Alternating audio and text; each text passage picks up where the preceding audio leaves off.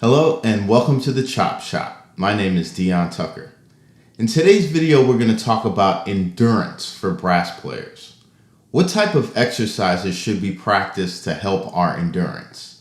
Well, let's find out.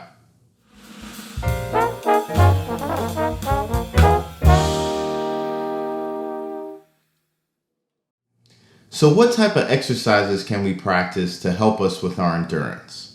I think a better question is, how do we practice our endurance? Before we get into that, I want to thank everybody that's subscribed to the channel so far. And if you haven't done so yet, go ahead and click that subscribe button and hit the notification bell so you can get a heads up on whenever I put out a new video. A lot of the times as brass players, we associate endurance and stamina with how strong the muscles in our embouchures are, particularly our corners. Whenever we start to run into stamina problems, the first thing we say is, man, my chops are tired. So why is it that our lips are the first thing to get fatigued? The lips and their formation is something that gets a lot of focus of attention from us as brass players. Oftentimes we can overlook what's going on with the rest of our bodies. And it's important to understand that all of these elements work in conjunction when we play. So naturally, if we bring our focus to what's happening with our lips, that's what's going to get tired first. I've never encountered a player that has endurance issues because they ran out of air. That's because our bodies are really efficient at recycling air. What they're not as efficient at is blowing air and making our lips buzz. So these factors can play into endurance issues over a period of time. To me, efficiency is using your entire system to get the best results with the least amount of effort. Oftentimes as brass players, the more effort we put into trying to play a particular musical passage, the more difficult it becomes. So we want to have a healthy understanding of exactly how much effort we need to create the sound that we hear in our head. Ultimately, this will lead to more endurance because we won't be taxing our system as much and will only be doing what is required. I'd like to touch on a few points that I think will help you with your endurance. Let's start with overbreathing and overblowing. Oftentimes, we're taught to take in as much air as possible. We should ask ourselves, is taking in that quantity of air required? If you're breathing and it sounds like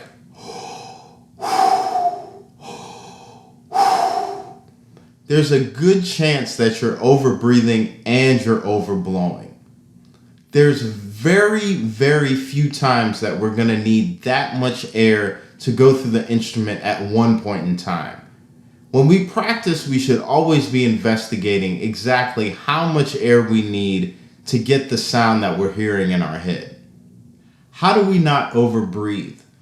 Well, we should ask ourselves, how much air do we need on top of what we already have available? We have a lot of air available in our bodies, so the music should dictate if we need any more air than what's already there. Now, a similar concept can be brought to overblowing. Our lips only require a small amount of pressure to be blown apart, but our bodies can create far greater than that amount of pressure that's required. So when we're blowing really hard, we're essentially giving our lips a beating because we're overdoing what is actually required. This can lead to endurance problems. So we want to practice the efficiency of how the air leaves our body and travels past the lips. The more relaxed that motion can be, the better endurance we're going to have. Now, another thing we focus on when it comes to endurance is how strong our corners are. Oftentimes, we associate our stamina and endurance with how strong these muscles right here are. Now, I could do a whole video on just that, but what I want to point out here is how these muscles get fatigued and lead to endurance issues. What other muscles can we use to help take some of the strain off of these guys here? Well, if you move your embouchure forward and think about these as your corners as opposed to these, you'll notice that in this formation, these muscles are disengaged. So they're getting a little bit more of a break, but the airstream is still supported by the corners. We're just thinking about them in a little different place. Now, this will definitely help lead to endurance because these muscles can get tired quickly even if you are in really, really good shape. This is why I think how we practice endurance is more important than what exercises we practice for endurance. It's important to understand that even though we hear the term muscle memory all of the time, our muscles don't remember anything. Our brains create the neural pathways for that specific muscle group. The more that we reinforce this efficient way of playing, the easier it's going to be to develop some good habits for our brass playing. Endurance is something that's developed by how we practice, not what we practice. Now, if you have any questions or comments, please feel free to reach out, and I'll see you next time at the Chop Shop.